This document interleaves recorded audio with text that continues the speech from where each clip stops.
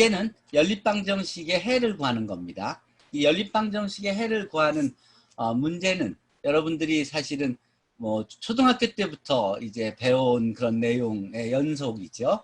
자, 선형 연립방정식, 선형 연립방정식, 자, 선형 연립방정식에 대해서 전체 화면으로 했고, 자, 선형 연립방정식. 여러분들이 이전에 우리가 이렇게 이와 같이 1차식, 이렇게 1차 방정식, XY에 대한 미지수 XY에 대한 1차 방정식, 리니어 이퀘이션 또는 선형 방정식이라고도 부르죠. 이 2x-3y = 1이라는 이 식을 만족하는 그 해 순서쌍을 좌표로 하는 모든 점을 좌표 평면에 나타내면 이 그래프가 바로 직선이 되죠. 그래서 한번 그려보죠. 2x-3y = 1이라는 그런 그래프를 x축에서는 -2에서 2까지, y축에서는 -에서 2까지 한번 그림을 그려보죠. 그러면 이게 평면이 됩니다. 3차원 공간 안에 있는 3차원 공간 안에 있는 평면이 돼요. 자, 그다음 그리고 2차원 공간에서는 라인이 되죠. 그다음에 이렇게 미지수가 XY에 관한 유한계 선형 방정식들의 모임을 우리가 시스템 오브 리니어 이퀘이션스, 선형 연립 방정식이라고 합니다. 이런 연립 방정식을 많이 봐왔죠. 이 식을 만족하는 그런 XY를 솔루션이라고 하고요. 그 솔루션의 경우를 한번 보면 이 두 개의 리니어 이퀘이션이 있는 경우가 이게 라인이니까 2차원 평면에서 두 개의 라인을 그리면 이렇게 한 점에서 만나는 경우가 있고 이렇게 겹치는 경우가 있고요. 겹치는 경우가 있고 이렇게 평행한 경우가 있죠. 이 세 가지 경우 말고 또 다른 경우가 생각할 수 있는 게 있으세요? 아마 없으실 거예요. 이 세 가지가 사실은 이 두 개의 라인이 서로 만날 수 있는 또 해 각도에서 보면 이 세 가지 경우가 다예요. 그래서 이런 식의 x 플러스 y = 3, x 마이너스 y = 1 같은 경우는 유일한 한 점을 해로 갖고 이렇게 그 식이 약간 모양이 달라 보이지만 이제 변화시켜서 정리하다 보면 단순화시키면 같은 식이 돼서 이 모든 라인에 있는 모든 점이 솔루션 그 해가 되는 무수히 많은 해가 있는 경우. 그 다음은 평행해서 영원히 만나지 않는, 그래서 해가 존재하지 않는, 즉 해집합이 공집합인 이 세 가지 경우가 다입니다. 이게 리니어 시스템 오브 이퀘이션의 전형적인 케이스고 그리고 중요한 케이스입니다. 자, 이게 이변수 함수일 때가 아니라 3변수 함수들의 리니어 시스템 오브 이퀘이션일 때 또는 4변수 함수들의 리니어 시스템 오브 이퀘이션일 때 또 n변수 함수들의 리니어 시스템 오브 이퀘이션일 때도 마찬가지로 경우의 수는 늘어나지만 크게 카테고리로 묶으면 연립방정식이 유일한 해를 갖느냐 무수히 많은 해를 갖느냐 해가 존재하지 않느냐 크게 이 세 가지로 나눠집니다. 즉 두 개의 해라든지 세 개의 해만 존재하는 그런 리니어 시스템 오브 이퀘이션은 존재하지 않는다는 소리입니다. 이게 이제 벡터 스페이스의 성질이기도 합니다. 그 솔루션 셋이 솔루션 스페이스 해 공간이 돼서 이제 그 해 공간에 의미가 부여되면 이제 더 이해가 쉬워질 것입니다. 자, 다음 일단 해 집합에 대해서 지금 여기서 얘기하고요. 첨가 행렬, augmented matrix, 선형 연립 방정식이 다음과 같이 생겼죠. 그거를 아까 이제 n개의 미지수를 갖는 m개의 선형 방정식을 이렇게 시스템으로 묶어두면 이런 식이 되죠. 이것을 벡터로 표현한다면 왼쪽에 그 n개의 벡터가 있고 오른쪽에 m개의 벡터가 있으니까 그걸 이렇게 벡터 표현을 하면 첫 번째 컴포넌트가 두 번째 컴포넌트와 같고 첫 번째 컴포넌트와 같고 두 번째가 두 번째와 같고 n번째가 n번째가 같아지는 이런 벡터식 모양으로 표시할 수 있습니다. 앞에서 행렬 곱에 대해서 간단히 설명했으니까 행렬 곱을 이용해서 설명하면 행렬 곱은 그 이게 기역자 룰로 킹 세종의 기역자 룰이라고 전에 카이스트의 그 최영한 교수님께서 부르기 시작했는데, 여기 보면 이 A11 곱하기 X1 더하기 A12 더하기 X2 더하기 따따따 A1n 플러스 XN이 B1이고, 또 두 번째 로우하고 저기 컬럼 벡터를 곱한 게 B2고, n번째 로우하고 여기 그 벡터를 곱한 게 BM이고 하는 식으로 표현이 되기 때문에 이걸 행렬식으로 표현하면 이렇게 바꿀 수 있습니다. 행렬 곱을 이용해서 표현하면, 그러면 요 행렬을 A라고 놓고 요 벡터를 X라고 놓고 요 벡터를 B라고 놓는다면, 그러면 우리가 간단하게 AX 이퀄 B라고 쓸 수 있죠. 이게 선형 연립방정식의 행렬 표현입니다. AX 이퀄 B가. 자, 이때 이 요 선형 연립방정식에서 요 행렬 A에다가 요 B 벡터를, 요 XI들은 우리가 구하고자 하는 해잖아요. 그리고 이건 모르는 거잖아요. 그러니까 아는 것들만 가지고 A하고 B를 가지고 이렇게 행렬을 만들면 앞에는 개수 행렬, 뒤에는 B가 합쳐져서 우리가 이것을 요 B 벡터를 개수 행렬에 보탰다는 의미로 첨가 행렬, Augmented Matrix라고 해요. 아주 자연스러운 용어죠. B 벡터를 첨가했으니까 첨가 행렬이라고 부르는 게. 자, 물 한 잔 먹읍시다.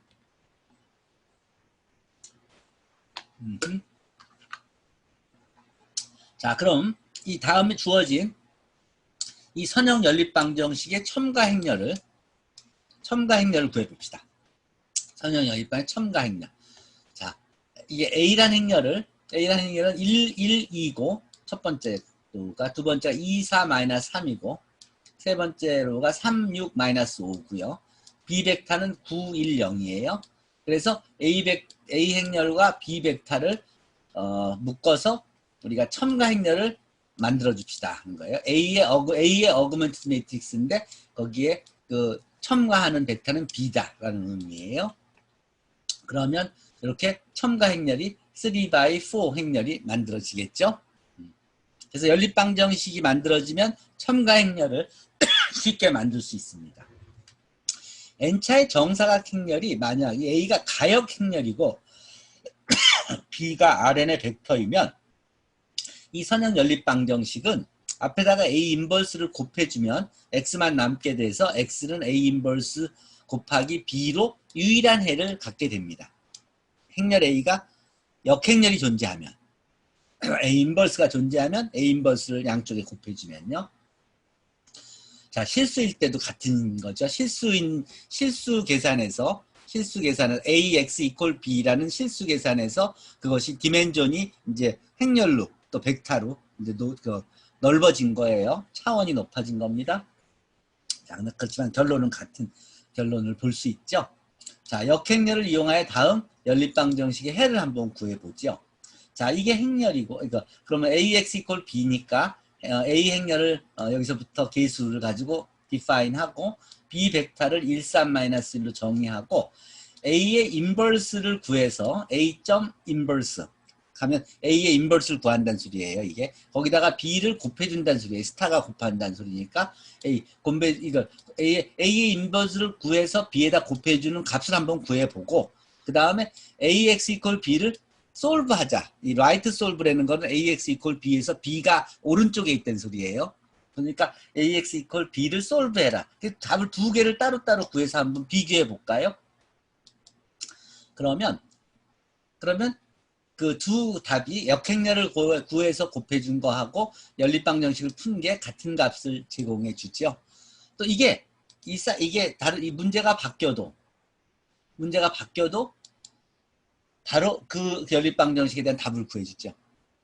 이게 사이즈가 훨씬 커져도 어떤 연립방정식을 여러분들한테 드려도 여러분들은 행렬 A를 정해주고 벡터 B를 정해주면 만약에 역행렬이 존재한다 그러면 이렇게 값을 구해서 확인할 수 있을 것입니다. 그렇죠? 자, 그래서 여러분들은 일단 AX 이퀄 B가 해를 갖는다면 이제 구할 수 있는 경우는 배운 셈이에요. 두 번째. 그래서 답은 아까 봤듯이 -1, 0이었습니다. 그 다음. 그러면 그 이전에는 우리가 답을 이걸 어떻게 구했냐?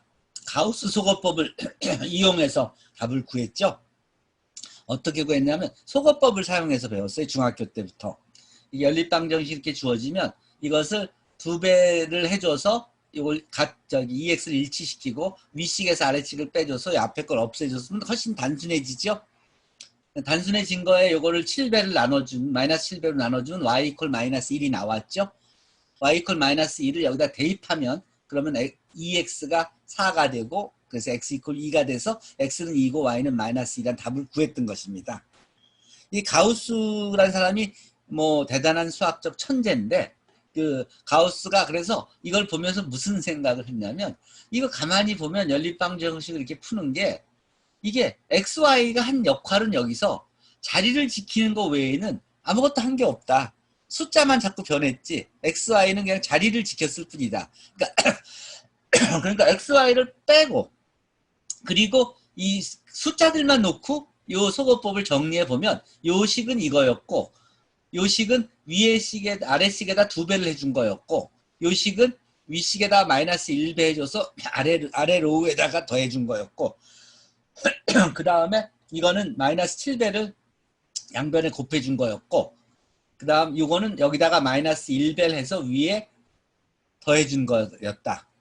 그러니까 그러니까 EX는 4가 되고 y는 마이너스 1이 됐으니까 2로 나누어주면 x는 2고 y는 마이너스 1이 됐다.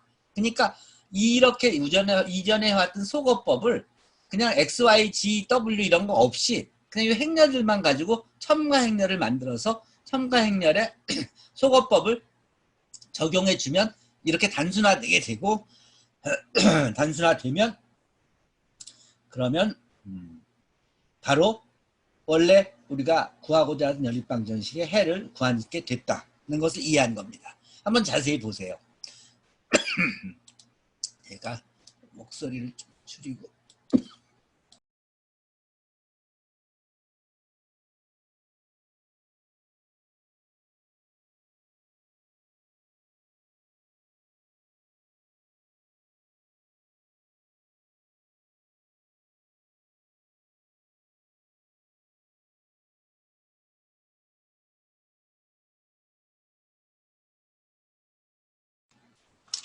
자, 그래서 가우스가 이 관계를 이해하면서 이런 식으로 연립방정식을 푸는 방법을 가우스의 엘리미네이션 메소드, 가우스 소거법이라고 부르기 시작했습니다. 그리고 이 가우스 소거법에서 이렇게 한 식에다가 몇 배를 해서 다른 식에 더해서 또는 빼서 단순화시키는 과정을 이게 행렬로 보면은 이걸 로우라 그러고 행이라 그러죠. 그리고 이걸 컬럼이라고 하는데 요 주로 컬럼에 대해서는 아무것도 한 게 없고 열에 대해서만 한 열에 몇 배에서 다른 열에 더해주고 또 한 열에 몇 배에서 다른 열에 더해주는 것만 반복했기 때문에 잠깐만요.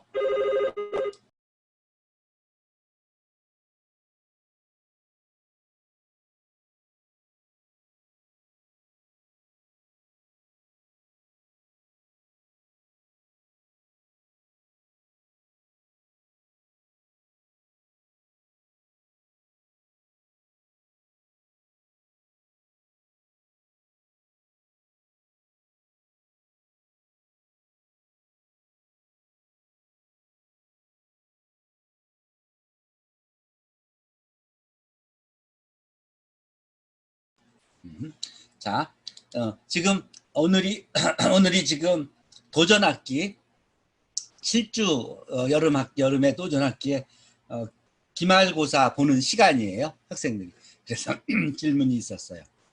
네, 자 어쨌든 그래서 이 행에 대해서만 연산이 이루어졌기 때문에 이것을 로우 오퍼레이션이라고 하고 여기서 아주 단순하게 간단한 3가지 연산만을 사용했기 때문에 그 3가지 연산을 우리가 엘레멘터리 로우 오퍼레이션이라고 부릅니다. ERO라고. 그걸 기본 행 연산이라고 부릅니다. 우리가 뭐만 사용했냐면 두 식을 이렇게 교환하거나 또는 한식의 0 아닌 실수배를 여기서 마이너스 7배를 곱해주거나 또는 한식의 0 아닌 실수배를 하여 다른 식에 더해주는 것만 했습니다. 즉 여기다가 마이너스 2배를 해서 위식에 더해주거나 여기다가 마이너스 7배를 해서 1과 마이너스 7로 바꿔줬거나 즉 그 두 식을 그 연립방정식을 풀 때 식의 순서를 바꿔주는 거는 답에 전혀 영향을 미치지 않으니까요. 이 세 가지 연산을 다 해도 연립방정식의 해집합에는 변화가 일어나지 않습니다. 해집합이 일치합니다. 그래서 이 세 가지 연산을 아무리 많이 이 첨가행렬에 써도 우리가 구하고자 하는 답에는 아무 변화가 없다는 것을 가우스는 깨우치고 그 방법을 이용해서 연립방정식을 풀기 시작했습니다.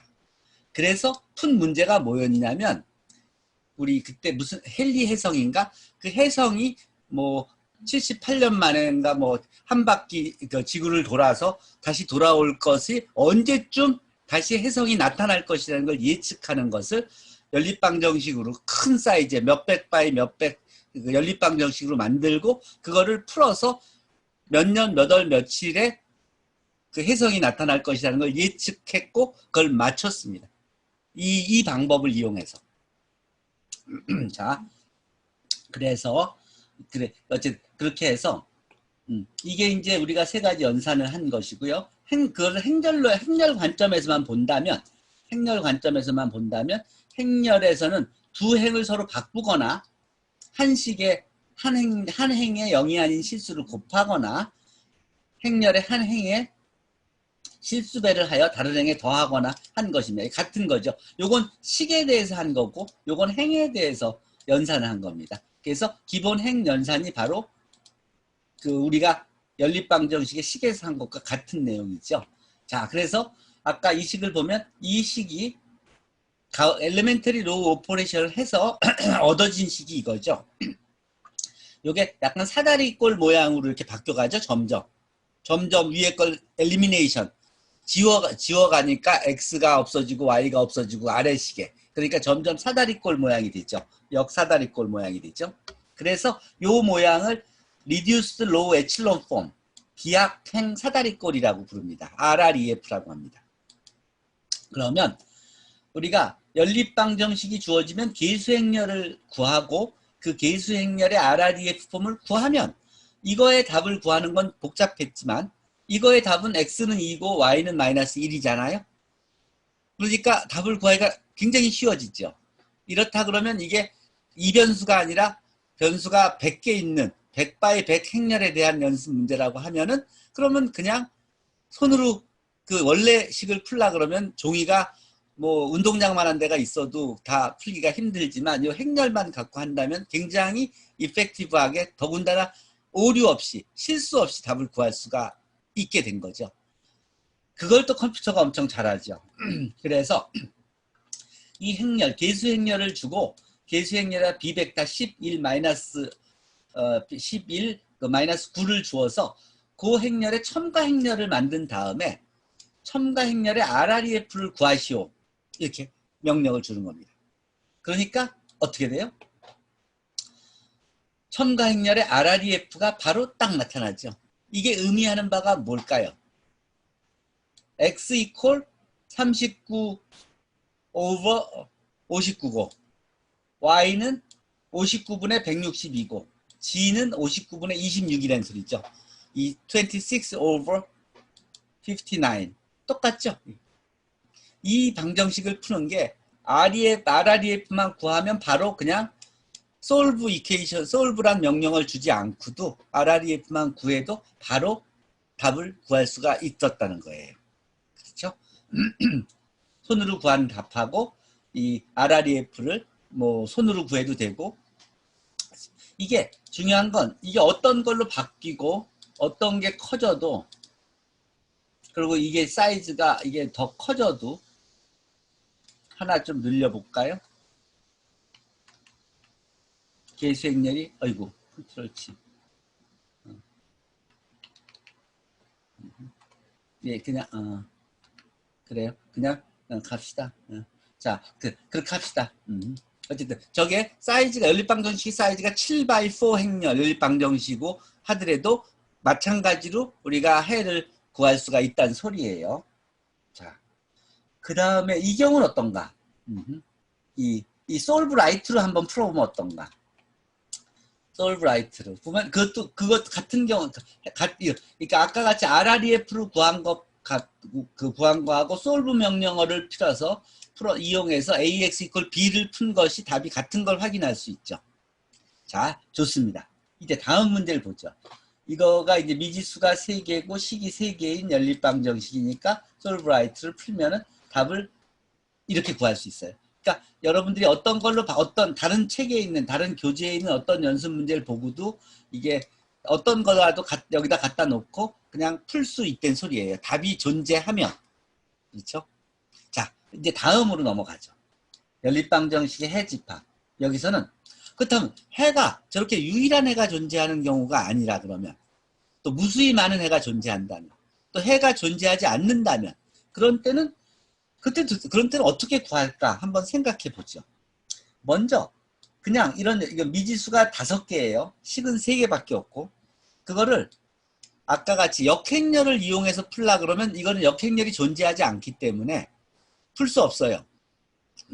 역행렬을 구해서는. 라이트 솔브 해도 답이 나오긴 하는데 그게 무슨 답인지 이해하기가 좀 어려워요. 근데 RREF를 이용하면 일단 이 연립방정식을 풀면 RREF를 그으면 이런 모양으로 바뀌어져요. 우리가 소거법을 했을 때 이런 식으로 바뀌어지는 경험을 했죠. 이게 의미한 바는 원래 연립방정식이 점점 단순화돼서 이렇게 바뀌어졌다는 소리예요. 자, 이 연립방정식은 여러분들이 해를 어떻게 구하는지 이미 알고 있어요. 이미 배운 적이 있어요. 연립방정식이 x 플러스 71분의 4u 플러스 72분의 73w 이퀄 71분의 262다. 이런 식이거든요. 자, 그렇다 그러면 이 식은 어떻게 풀었냐면 이게 그 u하고 w를 놔둔 채로 이런 식으로 풀었은 거예요. 이게 답이다 이렇게 썼던 거예요. 그렇죠? 이전에 손으로 연립방정식을 풀 때 무수히 많은 해가 있을 때는 이런 식으로 아까 3x5 행렬이 있을 때는 해가 존재하면 유일한 해는 어차피 존재하지 않으니까 그러니까 무수히 많은 해가 존재하면 이런 식의 모양이 되는 거예요. 그래요. 그래서 이런 게 다 해다 이런 거예요. 자, 이때 우리가 이제 지금부터 조금 더 시스테매틱하게 이제 처리하도록 하죠. 이때 우리는 요 u하고 v는 변수였잖아요. 변수였으니까 요 u, v 대신에 요 u는 r이라는 상수로 그리고 v는 s라는 상수로 임의의 실수로 대치시켜서 x, y, g, u, v라는 해는 u는 r이라는 상수 실수고 v는 s라는 실수라고 한다면 x는 r과 s를 이용해서 이렇게 쓸 수 있고 y는 r과 s를 이용해서 이렇게 쓸 수 있고 g는 r과 s를 이용해서 이렇게 쓸 수 있다. 그래서 x, y, g, u, v라는 해는 이런 모양이다. 이렇게 썼어요. 이걸 좀 더 풀었으면 요런 상수 벡터 플러스 r 곱하기 요런 상수 벡터 플러스 s 곱하기 요런 벡터 이런 식으로 표시했던 거예요. 임의의 RS에 대해서. 그리고 이런 걸 다 모아놓은 게 해집합이 된 거죠. 무수히 많은 해집합이 된 거죠. 그렇죠?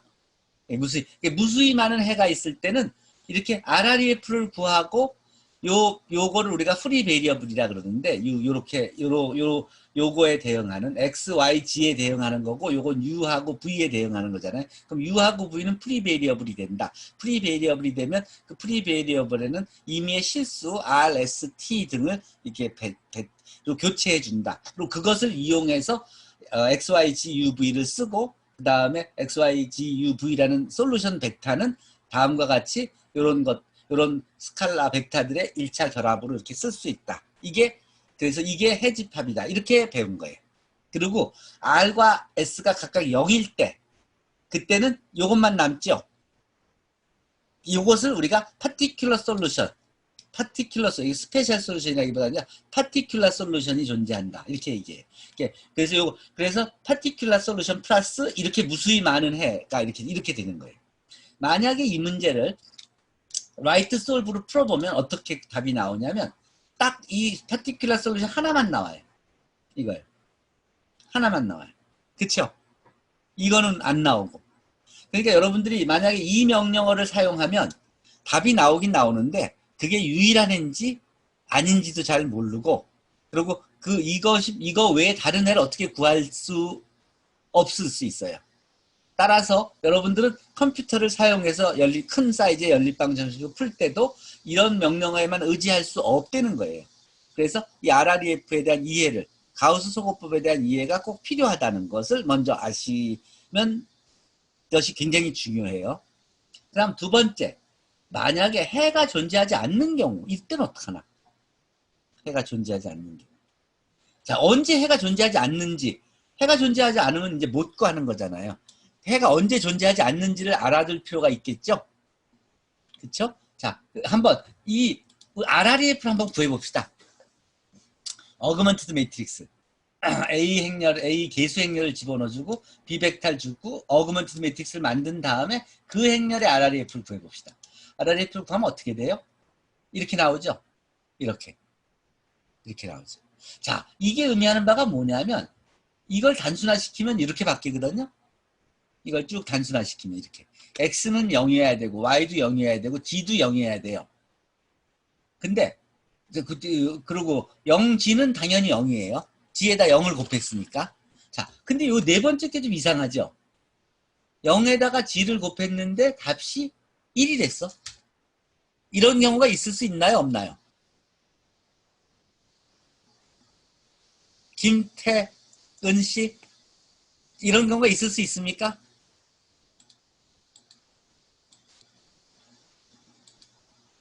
내가 예. 지금 좀 느려가지고요. 이럴 경우 없죠. 0에다 G를 곱했으면 0이 되잖아요, 왼쪽은. 예, 없습니다. 그렇죠? 근데 이퀄 1이 된다. 이런 경우가 있을 수가 없죠. 예. 그러니까 이런 식을 만족하는 XYG는 존재하지 않는다는 소리죠.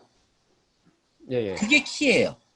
우리가 RREF를 딱 구해보면 요거는 이거 첨가된 벡터니까, 이건 마지막 걸 제외하고 나면 첨가된 벡터니까 요쪽에는 1G인데 1G, 그러니까 1G가 이퀄 0이 되는 G가 존재하지.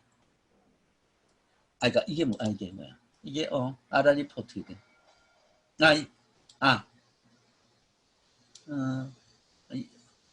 이게 맞죠? 네 번째 식이 1G가 거꾸로 0G가 1이 되는, 여기가 0G가, 그러니까 0에다가 G를 곱했는데 1이 되는 이런 경우가 존재할 수가 없어요. 실수의 성질이 어떤 실수 G에도 0을 곱하면 무조건 0이 되니까. 그러니까 앞으로 여러분들이 RREF를 구할 때 이쪽은 다 0인데 마지막 첨가 행렬 쪽 성분에 0이 아닌 게 하나라도 있다면 그러면 그 연립방정식은 해가 존재하지 않는 거예요. 이해되죠? 이해되죠? 자, 그러니까 여러분들은 해가 RREF를 통해서 해가 존재하면 유일하게 존재하는 경우는 그 아이덴티티 매트릭스, 이쪽이 딱 아이덴티티 매트릭스가 나왔을 때고, 여기가 다 1인, 여기가 다 1, 딱 여기 사이즈가 딱 같아야 되죠. 3x3 곱하기 그 다음에 3x1 벡터를 곱했을 때 요런 식의 연립방정식 3개만 있었을 때는 딱 유일한 해가 나오는 거고, 그 다음에 이게 이렇게 더 변수가 더 많고 한데 이쪽에 프리베리어블이 생기면 무수히 많은 해가 존재하는 거고, 그리고 이게 변수하고 방정식의 개수가 여기는 훨씬 많으니까 해가 없는 가능성이 높긴 하지만 어떤 경우에는 3x3 행렬인 경우에도 이런 경우가 생길 수가 있는 거거든요. 그런 때는 3x3 행렬이어도 해가 존재하지 않는 경우가 있을 수가 있는 거예요. 자, 그러니까 RREF를 구하면 RREF의 모양만 보고도 이게 유일한 해를 갖는지 또는 무수히 많은 해를 갖는지 또는 해가 존재하지 않는지를 바로 확인할 수가 있는 거죠. 자, 이걸 이해하셔야 되는 게 이걸 이해하시면 가우스 소거법을 이해하신 겁니다. 따라서 이 경우에는 해가 존재하지 않고 네 번째 식은 0 이퀄 1이라는 식이 나오므로 모순이 되고, 따라서 연립방정식에는 존재하지 않는다. 자, 그래서 이럴 때는 해집합이 공집합이 되는 것입니다. 자, 한번 다시 이 상황을 여기서 이건 뭐냐? 그러니까 여기서 이렇게 나오죠. 이 해가 존재하지 않는데, 아까 똑같은 문제예요. 해가 존재하지 않는데 해를 구해라고 했잖아요. 그러니까 해를 못 구해준 거예요. 그쵸? 해가 없어요. 사실은 해가 존재하지 않는다 이렇게 나와요. 여기 이렇게 나와요. 매트릭스 이퀘이션 has no solution 이렇게 나온다고. 그러니까 이 명령어 그냥 솔브 해라. 이런 건 컴퓨터한테 시키기는 쉽지만 이것이 언제나 우리가 원하는 답을 주지는 않을 수 있다는 걸 언제나 알고 있어야 돼요. 그래서 이런 경우에는 RREF를 쓰는 방법이 더 맞는 거예요. 자, 근데 거기에 우리가 만족할 수는 없죠. 자, 이게 아까 그 얘기예요. 이쪽은 다 0인데 여기에 0 아닌 게 있으면 첨가행렬의 마지막에 그러면 해가 존재하지 않는다. 그러니까 연립방정식을 주면 RREF를 구해놓고 나서 이게 RREF의 요런 경우 이거는 0인데 여긴 0이 아니다. 그러면 해가 없고 이게 다 0이면 요게 딱 요게 없으면 유일한 해가 되는 거고 요런 모양인데 이쪽이 엑스트라 컬럼이 있으면 그러면 무수히 많은 해가 존재하는 거다. 이렇게 이해하면 돼요. 여기에 대응하는 것들이 우리가 프리 베리어블이라고 이렇게 얘기해요. 여기서는 거기까지는 설명 안 할게요. 자, 문제는 자, 이 해가 무수히 많거나 또는 유일할 때 그때 어떻게 해요? 우리가 이제 은행에서도 뭐 문제를 풀 때 해가 유일하게 존재한다면 그 답을 딱 찾으면 되지만 그 벌어진 상황을 잘 정리해서 모델링을 해서 답을 구해보니까 답이 유일한 해가 아니라 해가 존재하지 않기도 하고 왜냐하면 사람들의 요구가 굉장히 많은데 그 모든 요구를 다 만족시켜 줄 수 있는 답은 대부분 존재하지 않거든요.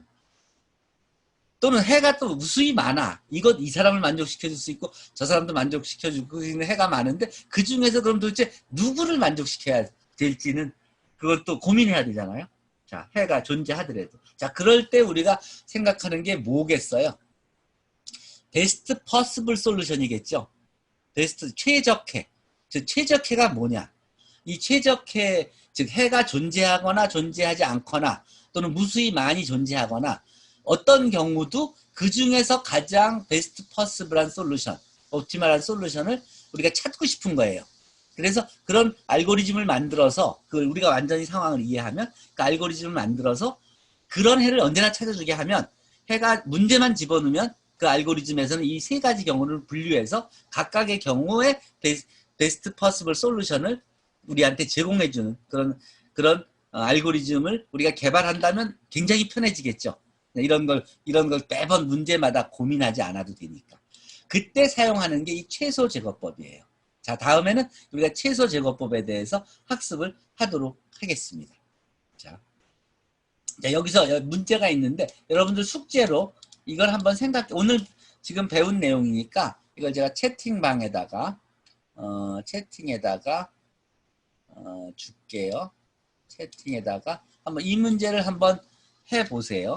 이렇게 지금 아까 설명한 내용을 이해하셨는지 다시 정리해 보시라는 소리예요. 자, 그러고 나서 우리가 리스트 스퀘어 솔루션으로 가지요. 베스트 퍼시블 솔루션을 어떻게 찾느냐. 자, 베스트 퍼시블 솔루션, 리스트 스퀘어 솔루션을 찾는 리스트 스퀘어 프로그램에 가기 전에 혹시 궁금한 거 있으면 질문하십시오. 자, 그러면 바로 시작할까요? 김정환 씨, 네, 마이크 켜줄게요. 자, 예. 자, 앞에서 배운 내용 이해됩니까? 연립방정식의 해집합을 구하는 문제. 아, 예, 이해됩니다. 근데 네. 이제 일부 조금 이해가 안 된 부분이 이제 4.4에 네,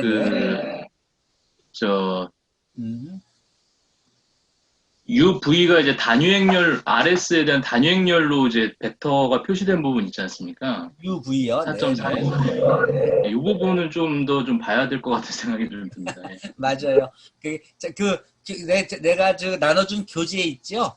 예. 그 교재에 훨씬 자세히 써 있으니까 그 교재 보시고 이해하실 수 있을 거예요. 그러니까 무수히 많은 해가 있다는 소리는 그런 UV가 존재한다는 소리예요. 그걸 우리가 프리베리어블이라 그래요. 프리베리어블이 존재하면 항상 무수히 많은 해가 존재하게 되고, 그럴 때는 아까 봤듯이 그 프리베리어블에 대응하는 실수를 를 정의해 주어서 그걸 이용해서 벡터들의 1차 결합으로 이렇게 상수배해서 더해주는 모양으로 표시해서 그 전체 해집합을 표현합니다. 그게 이제 해집합을 구하는 기본 테크닉이에요. 그래요. 어쨌든 중요한 것은 해가 존재할 수도 있고 존재하지 않을 수도 있고 또 무수히 많이 존재할 수도 있다는 것을 이해해야 돼요. 근데 우리가 매번 그거를 문제마다 그거를 구분하려고 그러면 굉장히 번거로워지고 그 비용도 많이 드니까 그 세 가지 경우를 다 합쳐서 가장 옵티멀한 그런 베스트 퍼시블한 솔루션을, 만약 유일한 해가 존재한다면 그냥 그 유일한 해를 그냥 주고, 해가 존재하지 않는다 그러면 그 존재하지 않는 것 중에서 그래도 서로 여러 사람들의 니드를, 요구를 다 대충은 만족시켜주는 해를 주고, 또 해가 무수히 많이 존재한다 그러면 그 중에서도 서로 방향성이 비슷하게 이렇게 서로 약간씩의 그 양보해서, 그래서 서로가 다 불만이 없어요. 한 사람한테만 만족한 해고 다른 사람한테는 불만 있는 해가 아니라 여러 사람들이 다 약간씩 양보해서 서로 합의할 수 있는 그런 해를 제공해 주고 하면 좋겠죠. 그때 어떤 개념이 필요할까요? 그때 바로 프로젝션, 정사형이 필요해요. 정사형의 개념. 자, 정사형. 그래서 정사형을 먼저 배우고 이 정사형 개념을 이용해서 최소 제곱 문제를 다루게 되는 것입니다. 자, 최소 제곱해 설명해 드릴게요. 이 최소 제곱해는 여기도 설명해 왔지만 뭐 수치 해석이나 회귀 분석, 영상 처리, 로봇의 위치 상태 분석 등에 다양하게 사용되고, 그리고 최소 제곱법을 이용해서 데이터들의 패턴이나 분포를 잘 표현하는 이 커브 또는 라인, 베스트 핏 커브나 베스트 핏 라인을 구할 수가 있어요.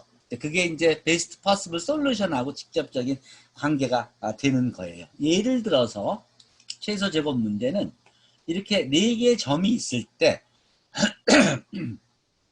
이 4점을 다 통과하는 직선을 구해라 하면 구할 수가 있을까요? 한번 선을 구해 볼래요? 4점을 다 지나는 직선을 그어 보시려면 그어 보실 수 있어요? 없죠? 자, 그러면 이 4점을 다 만족하는 직선은 없으니까, 그러면 이게 실험을 통해서 이렇게 점을 찍으면 사실은 실험을 할 때 실수해서 이렇게 약간의 오차가 날 수도 있잖아요. 시약의 차이라든지 또는 테스트하는 사람의 숙련도에 따라서 에러가 날 수 있거든요. 그러니까 대개는 이게 이런 식으로 갔을 건데 데이터는 이렇게 나왔나 보다, 이렇게 이해할 수 있어요. 그러면 원래 이 모양이 어떻게 있어야 될까 하면은 대개 이걸 비슷하게 지나는 직선이어야 되죠. 가능하면 이 직선과 이 점들 사이의 오차가 적으면 좋겠죠. 이게 가장 적으면 제일 좋겠죠. 이게 이렇게 옆으로 누워 있으면 오타가 커질 거고, 에러가 요게 점점점 와서 요 가운데로 싹 맞아 떨어지면 그래도 요 에러들의 합이 적겠죠. 크기가 적어지겠죠. 에러 펑션이 크기가 줄어들겠죠. 자, 그래서 우리가 y equal ax, a 플러스 bx를 이제 이 4점을 지나는 연립방 1차 함수를 찾으려고 하면 1점도 만족해야 되고, 그러니까 두 번째 점도 만족해야 되고, 세 번째 점도 만족해야 되고, 네 번째 점도 만족해야 돼요. 즉, 이 xy가 y equal a 플러스 bx라는 식을 만족해야 돼요. 이 만족하려고 하면 이걸 연립방정식으로 풀었으면 이와 같이 돼요. 그렇죠? 그러면 여기 a, b가 있으니까 이 a, b를 갖고 행렬을 만들면 AB가 이루는 벡터 U라고 하면 A 곱하기 U는 Y라는 1344라는 벡터가 돼요. XI들이 들어가서 YI들이 나온 거예요. 자, 그래서 우리가 찾는 건 이 AB를 찾는 거예요. 근데 여기다 보듯이 미지수는 2개인데 식이 4개야. 그래서 이 식이 해가 당연히 위에서 봤듯이 존재하지 않아요. 이럴 때 그 베스트 퍼시블 솔루션을 어떻게 찾을 수 있을까 생각해 보면 이 AU와 이 Y 사이에 LI 있죠. 이걸 두 벡터니까 이 벡터 사이의 디스턴스 생각할 수 있죠. AU하고 Y 사이의 디스턴스, 노름으로 디스턴스 생각. 요 에라가 가장 작게 하는 해를 구하면, 그러면 만약에 AU 이퀄 Y하고 똑같아지는 경우에는 그게 바로 유니크 솔루션이 될 것이고, AU하고 Y가 만족하는 애가 존재하지 않을 때는 그래도 에라가 가장 작게 되는 U를 구할 수가 있을 거 아니에요. 자, 요 문제, 요 에라를 가장 최소화하는 요 문제를, 그런 U는 없어도 U 틸다, 요 U 햇은 찾을 요 식을 만족하는 U 햇을 찾는 문제를 바로 리스트 스퀘어 프로블럼이라고 해요. 에라를 가장 작게 하는 베스트 퍼시블 솔루션을 찾는 게 리스트 스퀘어 프로블럼입니다. 즉 AX 이퀄 Y의 최소 제곱해라 그래요. U 햇을 리스트 스퀘어 솔루션이라 그래요.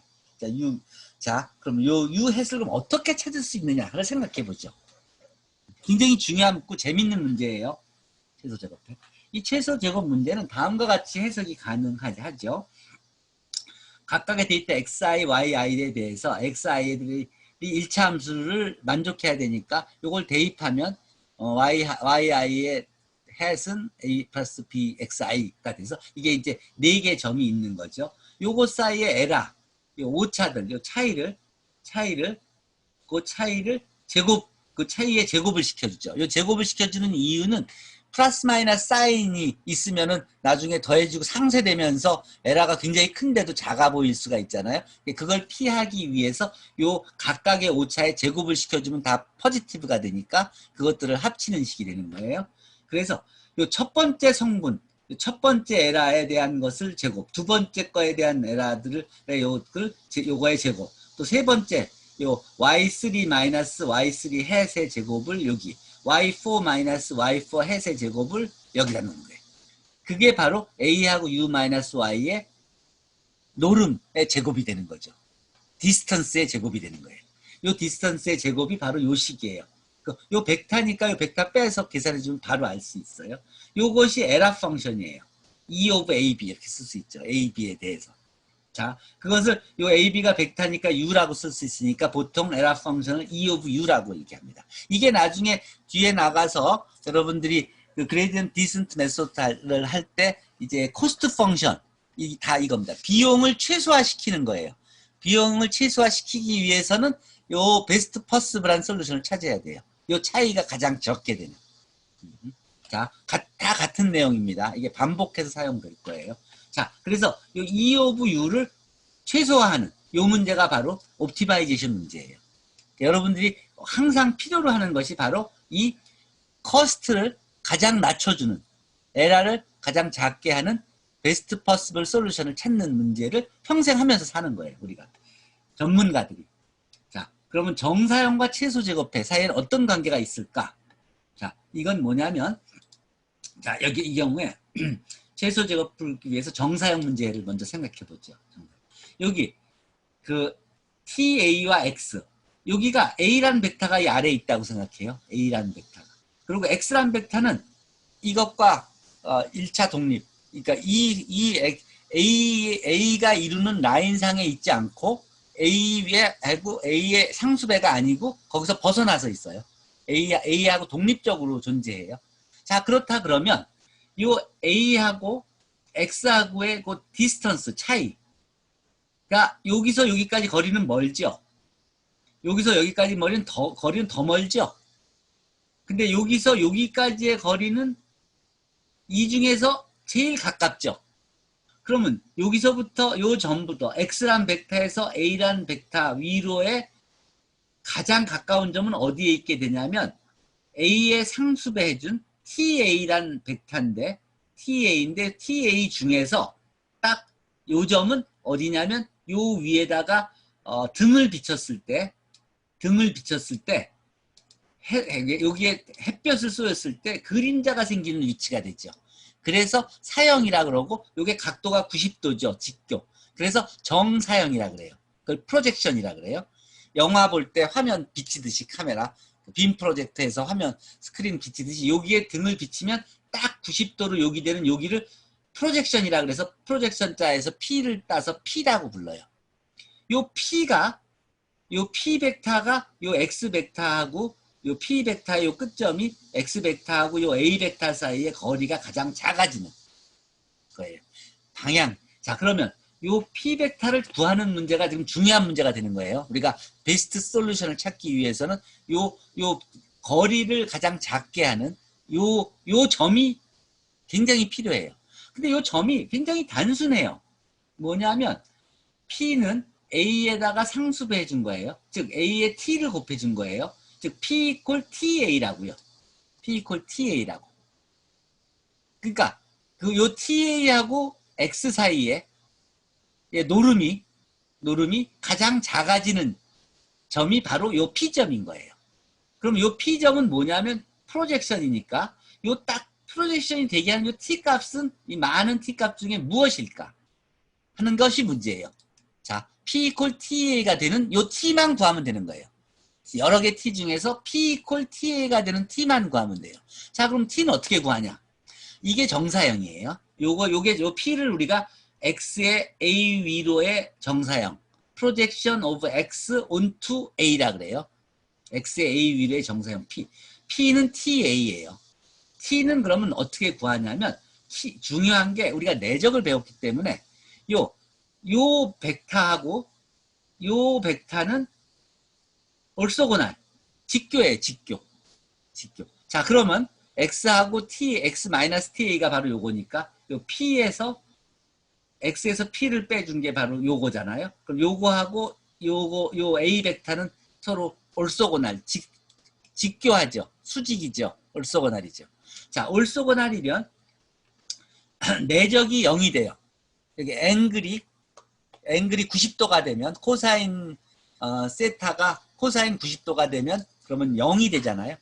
그러니까 이 직교가 되면 앵글이 0이 돼요. 그러면 내적이 앵글이 90도가 돼요. 그러면 내적이 0이 돼요. 직교면 내적이 0이에요. 항상 직교면 orthogonal이면 두 벡터 사이는. 자, 그러면 그냥 A 벡터와 요 TA-X 벡터가 orthogonal이니까 요 두 개 곱하면 0이 되죠. 프로젝션인 경우에 P 이퀄 TA인 경우에 직교예요. 다른 경우엔 직교가 아니죠. P 이퀄 TA를 만족하는 T를 찾는 거니까. 자, 그럼 X하고 X, P가 0이다. 그러면 P는 X-TA니까 이게 내적이 0이다. 이 내적이 0인 거는 내적의 성질, 아까 보여드린 성질 있죠? 내적 성질을 이용하면 이걸 풀었을 수 있어요. A하고 X의 내적. 마이너스 T 곱하기 A하고 A의 내적. 그래서 그 T 마이너스를 이쪽으로 옮겨주면 T의 A하고 A의 인너 프로덕트는 A하고 X의 인너 프로덕트가 같아져요. 그러면 요게 A가 0벡터가 아니니까 요걸 나눠주면 T는 이렇게 쓸 수 있죠. 이 얘기는 A의 노름의 제곱분의 A하고 X의 인너 프로덕트라는 소리죠. 요거를 약간 노테이션을 바꿔서 생각하면은 요거를 다시 풀었으면 A 트랜스포즈 A, 이게 A 인너 프로덕트는 요 N차원 벡터 두 개를 곱한 건데, 그러면 요거를 행렬로 생각하면 A 트랜스포즈 곱하기 A로 이렇게 이해할 수가 있어요. 그렇죠? 그래서 요 내적을 이렇게 풀었으면 A 트랜스포즈 A의 인버스 곱하기 A 트랜스포즈 X라고 풀었을 수가 있습니다. 요거를. 자, 궁금하면 더 물어보세요. 이걸 자세히 설명해 줄게요. 지금 우리가 이런 노테이션을 쓰는 이유는 이것을 나중에 그 멀티 디멘셔널 캘큘러스에 갔을 때 그레디언트 디센트 메소드에서 사용하기 위해서 이 노테이션을 써주는 거예요. 요거를 이해하시면, 자, 그럼 어쨌든 계산을 할 수 있습니다. 요건 이렇게 쓸 수 있는 거예요. 그 벡터하고 행렬, 요건 행렬 계산으로 이해하시면 되고, 요거는 그냥 벡터 사이의 인너 프로덕트 생각하시면 돼요. 자, 그렇게 되면 x의 그 y의 x 위로의 x 위로의 y의 정사형, projection of y onto x를 구해보면, 여기서 그대로 여기서 x의 a 위로인데 이건 y의 x 위로니까, 그러니까 그 x를 정의해주고 y를 정의해줘서 x하고 y의 인너 프로덕트를 구하고, x하고 x의 인너 프로덕트가 이제 분모가 되죠. 그래서 x하고 x의 인너 프로덕트에다가 여기 y하고 x의 인너 프로덕트 한 다음에 x 벡터를 곱해주면 바로 프로젝션이 나오게 되죠. P equal TA가 되는, P equal TX가 되는 거죠. 이 경우에. 그래서 답이 바로 나오게 됩니다. 이런 식으로 Y의 X위의 프로젝션은 이 코드로 언제나 해결할 수 있어요. 그러면 X가 바꿔지고 Y가 바꿔지고 이 차원이 뭐 4차원 벡터건 5차원 벡터건 이게 언제나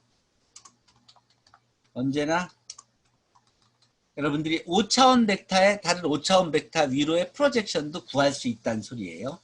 이게 100차원, 200차원 케이스에 또 프로젝션을 구할 수 있다는 소리예요. 즉 n디멘셔널 벡터들 사이에서의 프로젝션을 구할 수가 있게 되는 거예요. 지금 2차원, 3차원 개념이 바로 n차원으로 확장된 겁니다.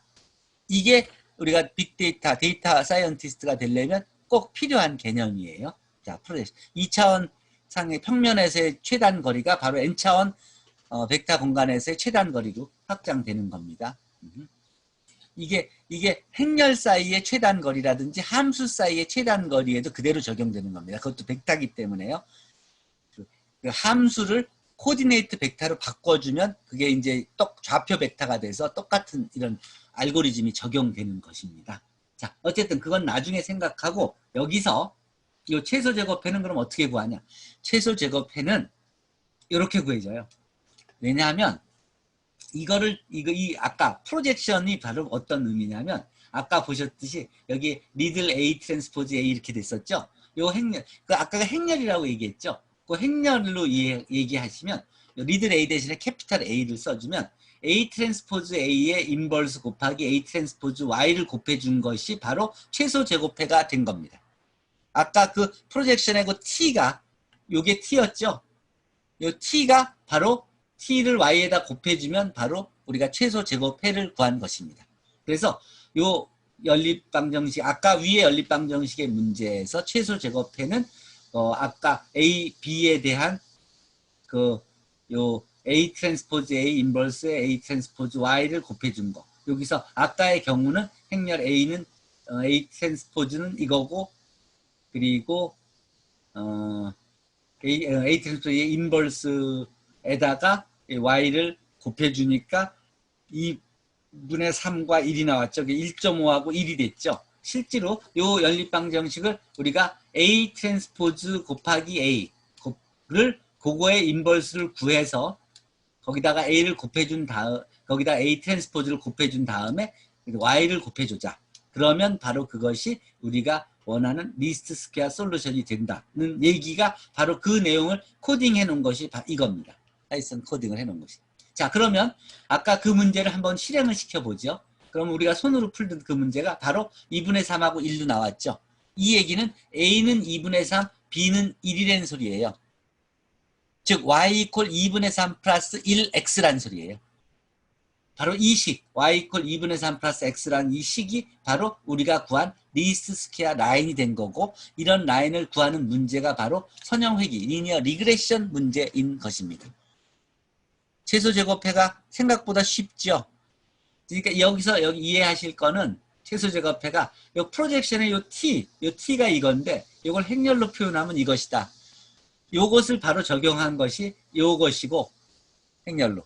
그것이 바로 최소 제곱해다. 그래서 여러분들은 앞으로 프로젝션을 구할 때는 점을 어떤 걸 주건 간에 행렬이 만들어지게 되면 그 행렬을 A에 A 트랜스포즈 A의 인버스 곱하기 A 트랜스포즈 곱하기 Y를 해주면 최소 제곱해를 구해서 이렇게 최소 스퀘어, 리스트 스퀘어 라인을 구할 수 있다는 것입니다. 이해됩니까? 김규인 씨? 자, 김규인 씨 네. 이해됩니까?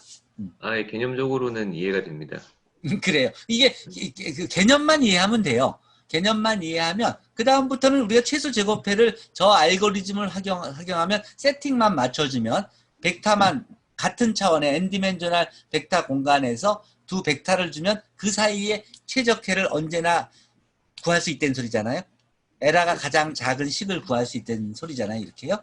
이 데이터가 2개, 4개가 아니라 100개여도 상관이 없고, 이게 2차원 공간에 안에 있는 점이 4개가 아니라 이게 뭐 10차원 공간 안에 있는 점 1000개에서도 똑같은 알고리즘이 작동한다는 걸 이해하시면 돼요.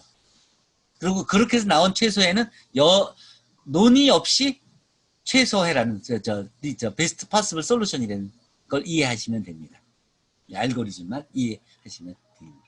자, 그러면 이제 그거 한 단계 더 나가서 아까는 1차식 직선을 구했죠. 지금은 아까 보니까 점이 4개인데 라인으로 하려니까 좀 엉뚱한 라인이 나왔잖아요. 근데 만약에 점이 4개가 있는데 2차식으로 한다면 좀 더 훨씬 더 가까운 근사식을 만들 수가 있겠죠. 이렇게. 그렇죠? 이런 식으로 이런 2차식으로 하면 또 3차식으로 하면 그러면 더 완전히 점을 거의 다 지나는 그런 식을 만들 수가 있겠죠. 그럼 그걸 한번 해봅시다. 자, 봅시다. 데이트 커브 피팅을 자, 이 네 점을 지나는 2차식을 한번 1차 함수가 아니라 2차 함수, 이거 2차 함수입니다. 2차 함수를 생각해 봅시다.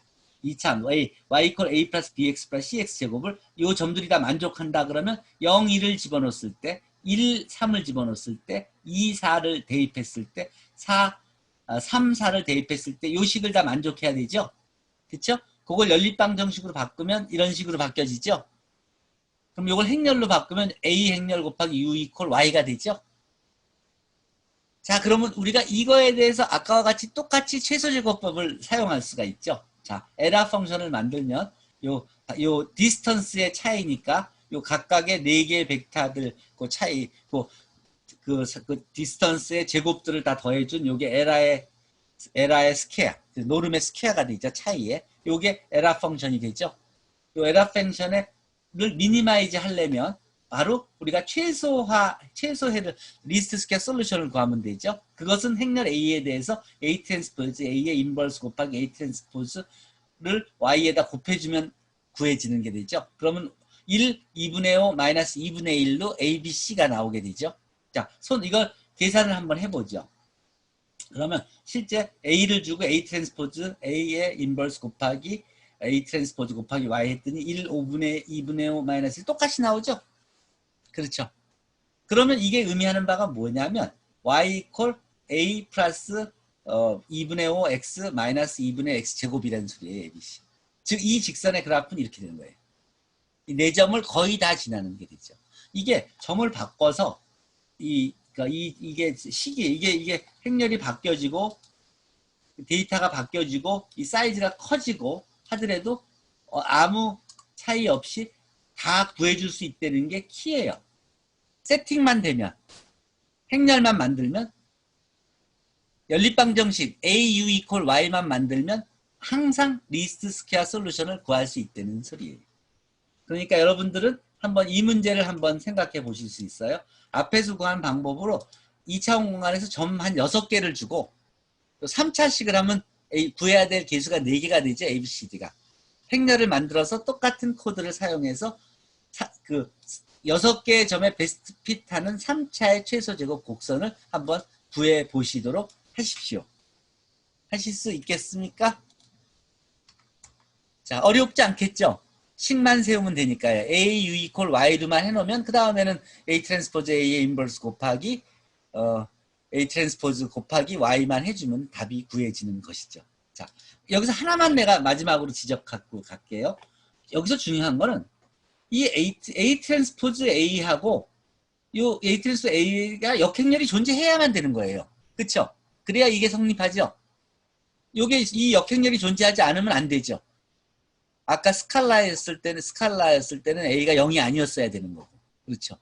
그러면 왜 우리가 2차식, 3차식, 4차식을 구할 때 이 A 트랜스포즈 A가 항상 역행렬이 존재할까요?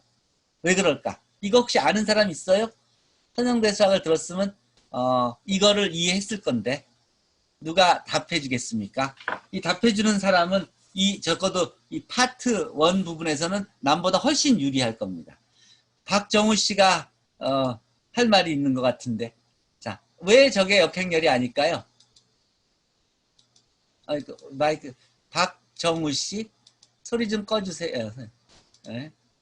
박정우 소리가 잘 안 되네. 그럼 김정환 씨 소리가 네. 네, 그래요. 왜 이 행렬이 역행렬이 존재할까요? 모르겠습니다. 혹시 반데르몬드 행렬에 대해서 들어본 학생 있습니까? 반데르몬드 행렬 행렬식 들어본 사람 있으면 얘기해 주세요. 누가 손 들어보세요. 네. 네. 없어요? 그렇다 그러면 우리가 좀 더 천천히 나가야 되겠네. 자, 이게 왜 그러냐면 여러분들이 그 은행에서도 마찬가지고 공장에서도 마찬가지고 실험실에서 화학 실험실이나 뭐 공대 실험실에서도 마찬가지예요. X1 시간에 타임을 정해놓고 그 데이터를 콜렉트하는 사람은 그 오늘 몇 시 때 데이터, 그 다음 몇 시 때 데이터, 그 다음 내일 아침, 내일 저녁 또 이렇게 X1, X2, X3를 다 다르게 측정해서 Y1, Y2, Y3에서 YN을 찾죠. 그렇죠? 데이터들을 보면 이 타임에 따라서 다 측정을 하는 거죠. 그러니까 보통 XI들이 다 다르죠. XI들이 다르기만 하면 그러면 이 만들어진 행렬에 이 컬럼들이 1차 독립이 돼요. 그래서 그 A 트랜스포즈 A를 곱해주면 그 행렬이 가역 행렬이 돼요. 역행렬이 존재하는 행렬이 돼요. 항상. 그래서 별로 여러분들은 고민하지 않고 데이터를 수집할 때 데이터에서 어떤 특정한 그 규칙만 지켜서 데이터를 콜렉트하면 그렇게 해서 만들어진 이 모델은 항상 A 트랜스포즈 A의 인버스가 존재하는 행렬이 되는 거예요. 그러니까 여러분이 관리자로서 데이터 처리를 할 때 데이터를 생산하는 사람한테 이런 규칙으로 데이터를 생산한 것을 달라고 그러면 그 데이터를 가지고 바로 분석해서 옵티멀 솔루션을 제공해 줄 수 있게 되는 겁니다. 자, 어쨌든 이건 별로 걱정하지 않아도 된다는 소리예요. 데이터를 보통은 다 그렇게 수집하기 때문에 동시에 막 수집하는 게 아니라 차근차근히 수집을 하기 때문에 이 행렬은 언제나 가역 행렬이 되게 돼 있습니다. 이 트랜스포즈. 자, 그러면 여기까지 해서 우리가 최소제곱 문제가 무엇인지는 이해했고 최소제곱 패를 라인으로 또는 커브로 또는 하이 오더 디그리의 폴리노미알로도 구할 수 있다는 걸 이해한 겁니다. 즉 데이터가 1000개가 있다 그러면 데이터 1000개의 베스트 피타는 디그리 10차인 폴리노미알을 항상 구할 수 있습니다.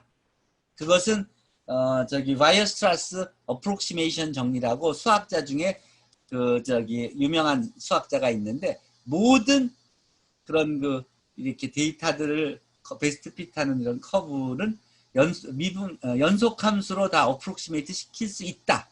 연속 다항식으로 했다는 그런 이론이 증명이 돼 있어요. 그래서 여러분들이 고민할 필요 없이 수학적으로 다 증명돼 있는 것이기 때문에 원하는 디그리를 주고 그 베스트 핏하는 하이어 디그리의 폴리노미알을 언제나 구할 수가 있습니다. 자, 그러면 거기까지 됐고요. 그러니까 여러분들은 데이터가 있으면 항상 리스트 스퀘어 폴리노미알을 구할 수가 있습니다. 베스트 핏 커브를 원하는 디그리로 구할 수 있습니다. 원하는 디그리로 구할 수 있다는 소리는 원하는 디그리의 정확도를 여러분들이 요구하는 대로 다 맞춰줄 수 있다는 소리입니다.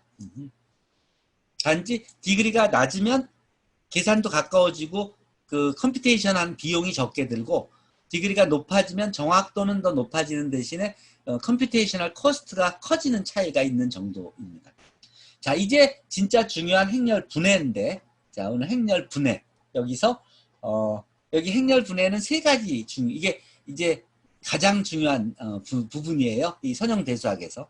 여러분들이 선형대수학을 여기 들은 분들이 아마 절반쯤 되고 선형대수학을 수강하지 않은 사람이 절반쯤 됐을 텐데 앞에 부분은 선형대수학을 들은 사람들이 유리했을 거예요. 근데 선형대수학 학부 때 배울 때 이 행렬 분해에서 LU 분해 정도는 다 배웠을 거고 QR 분해는 절반쯤 배웠을 거고 여기서 마지막 세 번째는 싱귤라 밸류 디컴포지션 SVD는 학부 때 선형대수학 인트로덕터리 한 학기에서는 거의 안 배웠을 거예요. 그러니까 지금부터는 경제학과 학생이건 경영학과 학생이건 또 컴퓨터 사이언스 학생이건 사실 2절부터는 서로 안 배운 내용을 배우는 거니까 입장이 똑같다고 생각하시면 돼요. 그러니까 전혀 지금부터는 이제 시작점이 같은 겁니다. 자, 여기서는 세 가지 행렬 분해를 배워요. LU 분해와 QR 분해, 그 다음에 SVD, Singular Value Decomposition. 그 중에 가장 중요한 것이 Singular Value Decomposition입니다. 자, Singular Value Decomposition을 배우기 전에 먼저 LU 분해부터 소개하도록 할게요. 자, 하나의 정사각 행렬 A가 있을 때 이 A를 LU, Lower Triangular Matrix와 Upper Triangular Matrix로 이렇게 곱으로 표시할 수 있으면 우리가 이것을 A = LU로 표현하는 이것을 행렬의 LU 디컴포지션, LU 분해라고 합니다. 이 LU 분해는 보통 선형 연립방 정식을 풀 때 많이 사용되는데, 자, 만약에 행렬이 A = LU로 풀어져 있다, 이렇게 곱으로 표시될 수 있다면 이게 이 연립방 정식 푸는 계산량을 가우스 소거법을 이용해서 푸는 것보다 엄청나게 싸게 해줍니다. 엄청나게 빠른 시간에. 특히 사이즈가 행렬 사이즈가 클 때는. 이유는 다음과 같습니다. B = AX라는 연립방 정식을 풀 때 만약에 A가 LU로 이렇게 LU의 곱으로 표시될 수 있다면 LU 곱하기 X로 쓸 수 있죠. 이것은. 근데 그 다음에 그러면 이 UX를 Y라고 논다면 그러면 어떤 모양이 되냐면 let UX = Y로 놓은 거예요. 그냥 let 한 거예요. 자, 그러면 B = LY가 되죠. 자, B = LY가 된다면 B는 이미 알고 있는 거고 L도 A로부터 구한 거잖아요. 그러면 B도 알고 L도 아니까 이 Y를 구할 수가 있어요. Y를. 근데 생각해 보세요. L이 삼각행렬이에요. L이 삼각행렬이면 이미 가우스 소거법을 다 한 셈이죠. 여기서 대입만 하면 되는 거 아니에요? 삼각행렬이니까. 삼각행렬이니까 X1이, 그러니까 Y1이 B1이고, 여기서 그거 대입하면 Y2가 B2고, Y2하고 뭐가 B2고, 그거 두 개를 대입하면 뭐뭐뭐 하고 Y3가 B3고, 이렇게 구해지는 거죠. 이 삼각행렬일 땐 연립방 정식을 푸는 게 다른 게 아니라 그냥 대입하는 거예요. 이걸 forward substitution이라 그래요. 왜냐하면 이 lower triangular matrix가 있을 때는 위에서부터 이게 L1 곱하기 상수가 바로 그 B1이 되고 이런 식이 되는 거예요. Y1이 되고 하는 식이니까. 자, 어쨌든 삼각행렬이 연립방, 여러분들한테 만약에 손으로 푸는 연립방 정식 문제를 주는데 그때 행렬이 삼각행렬이다. 그런 시험 문제 본 적이 있었을지 몰라요. 그러면 여러분들은 그것을 그냥 대입하면서 바로 답을 구했을 거예요. 실제로 2x2나 3x3 때는 여러분들이 그냥 계산도 안 하고 암산으로도 답을 구했을 거예요. 그거는 대입만 하면 되기 때문에 그래요. 자, 그러면 B = LY를 구할 때 바로 이건 그냥 대입해서 Y를 구해요. 그러면 남는 문제는 뭐냐면 UX = Y, 요것만 풀면 우리가 구하는 X를 구할 수 있다는 소리잖아요. 그럼 어퍼 트라이앵글 매트릭스예요, 이건. 이 어퍼 트라이앵글 매트릭스에다가 X를 곱했든지 Y인데 Y는 알고 있고 U도 알고 있어요. 그러면 X를 구하는 건 X는 뭐냐면 거꾸로 아래서부터 생각하면 이걸 백워드 서브스티션이라 그래요. 아래서부터 생각하면 상수 곱하기 U4가 바로 여기 그 Y1이니까 그냥 U4를 바로 X1이 바로 구해지고 또 그거 X1을 집어넣어주면 뭐 U3 곱하기 요 X3가 그 여기 Y3고 그러니까 금방 구해지고 여기 Y1, Y2를 알고 그러니까 X1, X2, X4, X3를 구했으니까 그걸 대입하면 여기서 X2가 바로 나오고 X2, X3, X4를 대입만 하면 X1이 바로 나오는 게 되는 거예요. 즉 삼각행렬의 연립방 정식 푸는 거는 그냥 substitution, 그냥 치환만으로 계산하기 때문에 컴퓨터는 연산이 인볼브된 거는 시간이 걸리지만 컴퓨팅 타임을 소지하지만 그냥 대입하는 거는 손으로 쓰는 것과도 달리 그냥 데이터를 불러와서 프린트만 하니까 컴퓨팅 타임이 0이에요. 0. 그래서 이런 대입을 해서 푸는 문제는 그냥 대입, substitution으로 그냥 답을 아무리 사이즈가 100 by 100, 1000 by 1000, 100만 by 100만 행렬이라도 단 몇 초 안에 답을 주게 돼요. 그래서 우리가 원하는 x를 구한 거예요. 즉 원래 행렬 ax 이퀄 b를 푼 게 아니라 삼각행렬에 관련된 연립방정식 간단한 거 두 개를 연속적으로 풀어서 답을 구해줘요. 그 계산량은 n의 제곱 정도로 알려져 있는데 가우스 소거법을 하려면 사이즈가 작을 때는 그 계산량이 적지만 그거는 사이즈가 커지면 하나하나 성분별로 한 로우씩 계속 반복해서 돼야 되기 때문에 그게 거의 3승, 4승만큼 계산이 커져요. 그게 삼각행렬이 아닐 경우는 팩토리얼만큼 계산이 커져요. 그러니까 n이 커질 때는 계산량이 비교할 수 없이 줄어들게 됩니다. 그래서 a를 lu로 분해한 다음에 선형 연립방정식을 lu x 이퀄 b로 쓰고 우선 ly 이퀄 b를 만족하는 y를 구한 다음에 그 다음에 y를 이용해서 우리가 u도 알고 y도 아니까 ux 이퀄 y를 만족하는 x를 구하는 것입니다. 요것은 위쪽부터 y1, y2를 구해가는 거기 때문에 forward substitution이라고 그러고 여기서는 우리가 y1, y2, y를 알고서는 x1, x2, x3를 아래쪽으로부터 대입해서 구해가기 때문에 backward substitution, 그래서 후진 대입법이라고 합니다. 실제 한번 보여드리죠. 행렬 A가 이렇게 주어졌을 때 행렬 A를 PLU를 구해라.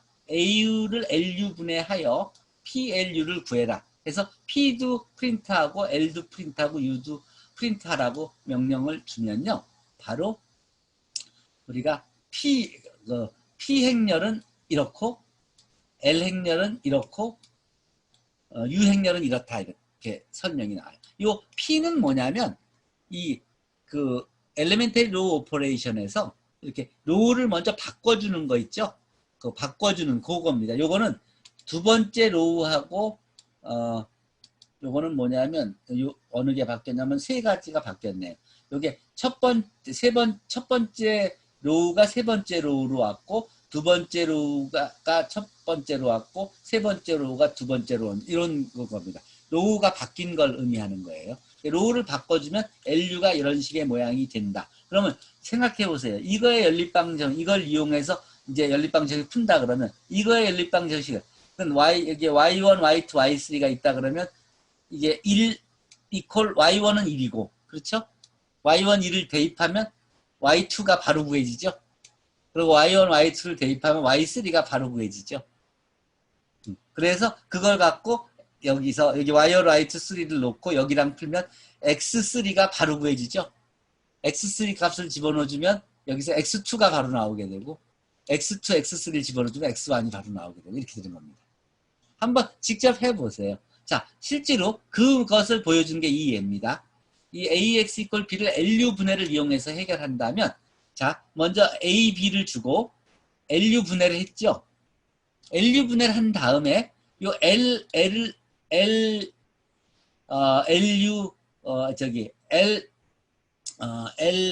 x 이퀄 u y를 먼저 구하고 그래서 이 y를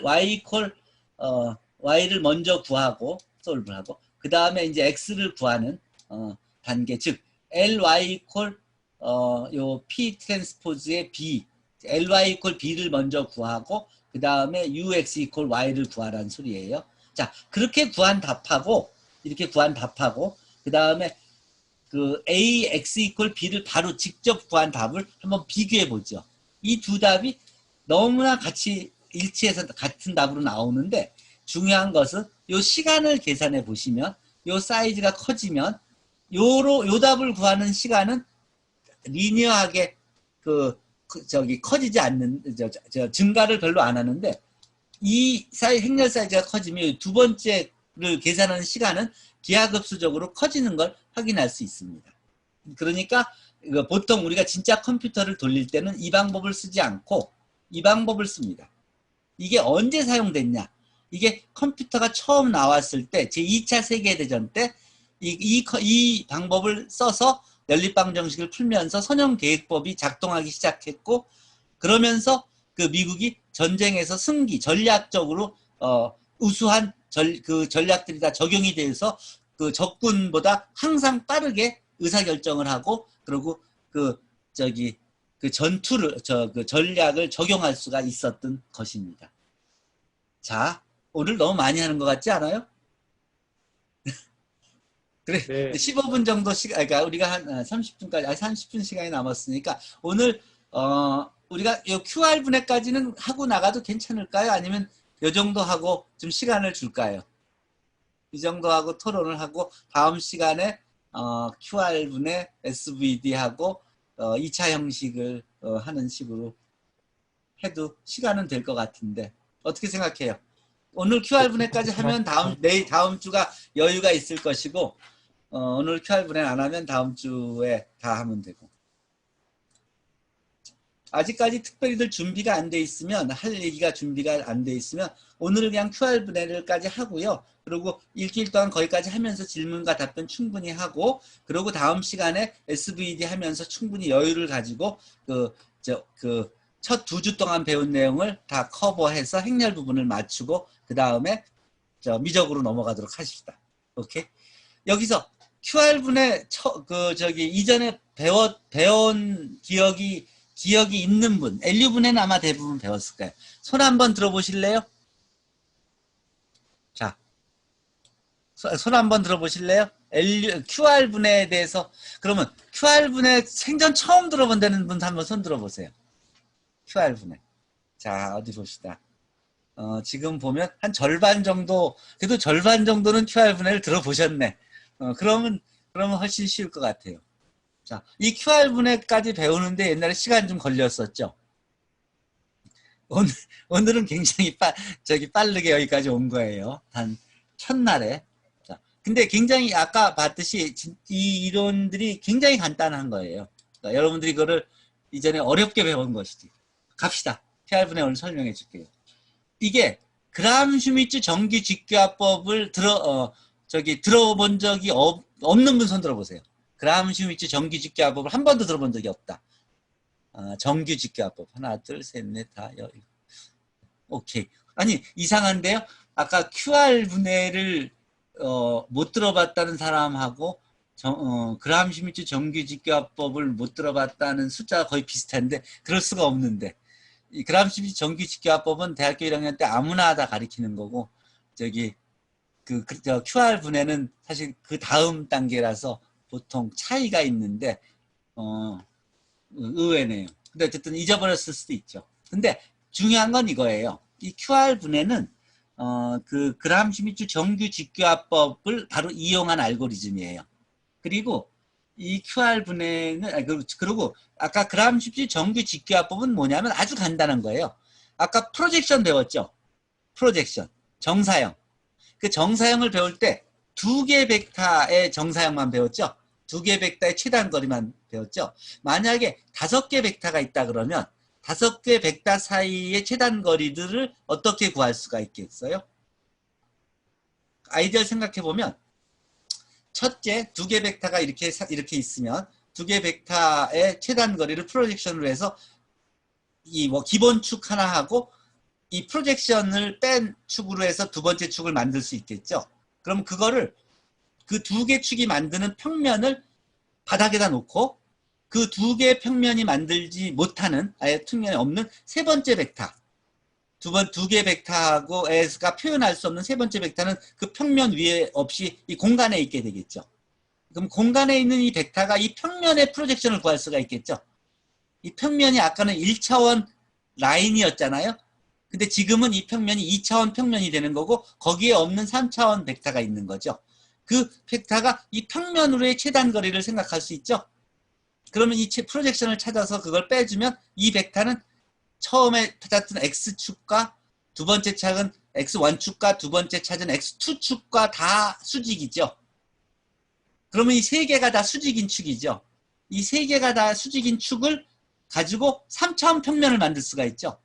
그 3차원 평면을 하나의 다시 이 3차원 평면을 다시 하나의 평면으로 보고 3차원 평면에 없는 네 번째 4차원 벡터를 생각해 봐요. 그럼 이 4차원 벡터를 이 3차원 평면의 프로젝션을 생각할 수 있죠.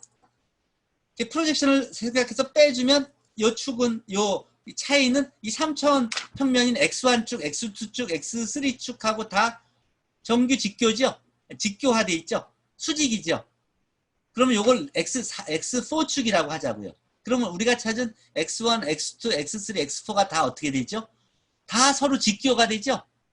그 서로 직교인 거를 노름으로 나눠주면 그러면 다 크기도 1이 되죠. 그럼 그 4개가 다 정규 직교 벡터가 되는 거죠. 이해했어요? 김효영 씨 이해했어요? 굉장히 중요한 개념이에요. 그리고 그게 바로 정규 직교화법이고, 자 제가 소리를 제가 소거를 저기 박 박사가 해줘야겠는데 이 소리를 강 선생님이 해주거나. 어쨌든 자 지금 이해하셨다고 고개를 끄덕이시는 걸 봤으니까 그러니까 이게 굉장히 중요한 개념이에요. 그러니까 그람슈미츠 정규 직교화법은 아무것도 아닌 거예요. 심플하게 아까 프로젝션 배운 것이 다차원으로 가는데 하나씩 할 때마다 바닥에 깔고 가는 거예요. 처음에는 2차원 벡터에서 2차원 공간에서 생각하는 걸 3차원 공간에서 2차원 평면 플러스 1차원으로 생각했던 거고, 그 다음 4차원 벡터 때는 3차원 평면에 없는 4차원 벡터를 생각했던 거고, 5차원 벡터 공간으로 갈 땐 4차원 평면까지 그 정규 직교 벡터를 구해놓은 다음에 거기에 없는 5차원 벡터의 프로젝션을 빼줘서 또 직교인 5차원 벡터를 찾아가는 식으로 차근차근히 해서 그걸 다 노멀라이즈 시키면 우리는 정규 직교 기절을 갖게 되는 거예요. 그게 바로 정규 직교화법이에요. 그러니까 우리가 그람이나 슈미츠가 태어났을 시대에 태어났으면 우리도 역사에 이름을 남기는 그런 수학자가 될 수도 있었을 거라고요. 이 간단한 개념 하나 가지고. 자, 그 개념이 바로 QR분해에 적용되는 겁니다. 이제 QR분해 시작하죠. 자, 최소 제곱 문제를 해결할 때 많이 사용되는 QR분해는 n/n 행렬 A에 대해서 정규 직교 벡터들을 열로 하는 n/n 행렬 Q와 그 다음에 n/n 상삼각 행렬 R을 구해서 A가 QR로 표현되는, Q라는 행렬과 R이라는 행렬의 곱으로 표현할 수 있으면 이걸 QR분해라고 해요. QR분해. 여기서 정규 직교 벡터들이 무엇이냐면 자신의 크기, 노름은 다 1이고 그 벡터의 크기, 벡터가 스칼라일 땐 그냥 크기고 벡터가 멀티디멘저널이면 노름이 바로 크기니까 벡터의 노름이 1이면서 그거는 그냥 자기 벡터를 자기의 노름으로 나눠주면 그건 그냥 바로 정규 벡터가 돼요. 근데 그러면 서로 올소고날이라는 것은 직교라 그랬죠. 올소고날. 직교는 내적이 0이면 직교예요. 눈으로 보일 때가 아니라 그냥 내적이 0이면 그걸 직교라 그래요. 그래서 두 행렬이 직교라 하는 건 두 행렬, 그 행렬도 쭉 풀었으면 벡터가 되잖아요. 그 쭉 n/n 행렬을 쭉 풀었으면 n/n 곱하기 1인 벡터가 되죠. 3/2 매트릭스는 어떤 의미는 6/1 벡터하고 똑같은 거 아니에요? 그러니까 그 두 개의 벡터의 내적이 0이면 그 두 행렬이 올소고날이라고 얘기하는 거예요. 즉 인너 프로덕트가 0이면 직교예요. 자, 그러니까 인너 프로덕트가 0이면서 자기의 그 노름이 1인 그런 벡터들을 정규 직교 벡터라 그래요. 이 정규 직교 벡터들을 컬럼으로 하면 그 Q 트랜스포즈 Q는 아이덴티티 매트릭스가 될 수밖에 없어요. 왜냐하면 아까 킹 세종의 기역자 룰에 의해서 Q 트랜스포즈하고 Q를 곱하면 여기에 컬럼하고 자기의 컬럼하고 자기의 로우가 곱해지는 게 되잖아요. 그러니까 자기하고 자기를 곱하는 건데 그게 정규 직교 벡터들이었으니까 자기하고 자기 첫 번째 로우하고 첫 번째 컬럼하고 첫 번째 컬럼의 트랜스포즈를 인너 프로덕트 하면 1이 되죠. 내적이 1이니까. 첫 번째 컬럼하고 두 번째 컬럼은 서로 직교니까 서로 곱해보면 내적이 0이죠.